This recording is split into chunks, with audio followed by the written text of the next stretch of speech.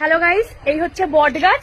আমার বাবা পুঁতে গেছে, আমি দেখতে এসেছি যে কেমন গাছগুলো হয়েছে। বলছি দিদি, তোমার বাবা কি এখনো বেঁচে আছে নাকি বাল পেকে বট গাছ তলায় গেছে?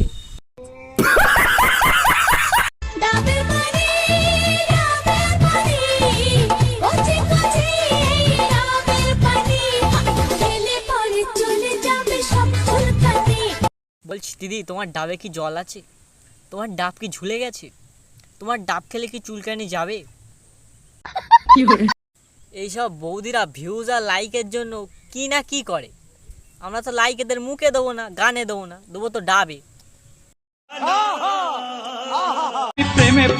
যদি কখনো দেখো যে কোনো মেয়ে স্যাড স্ট্যাটাস দিচ্ছে, তাহলে বুঝে নেবে মৌমাছি মধু খেয়ে পালিয়ে গেছে।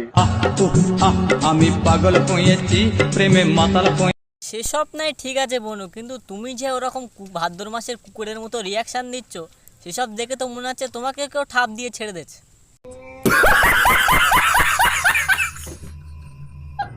হ্যালো গাইজ, এই দেখো বিচি বাজার থেকে আজকে বিচি কিনে এনেছে। আমাদের এখানে এগুলোকে বিচি বলে, তোমাদের এখানে।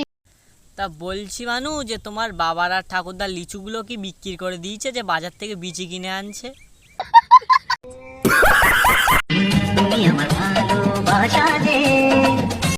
বলছি কাকু, যা দেখছি ভালোবাসায় তো বুক বালিশে পরিণত হয়ে গেছে। বালিশ কেনার কোনো দরকার নেই, ওইখানেই ঘুমিয়ে পড়বেন। আর যদি ঘুম না আসে ফিটিং বোতল পাবেন, ওটা খেতে খেতে ঠিক ঘুমিয়ে পড়বেন।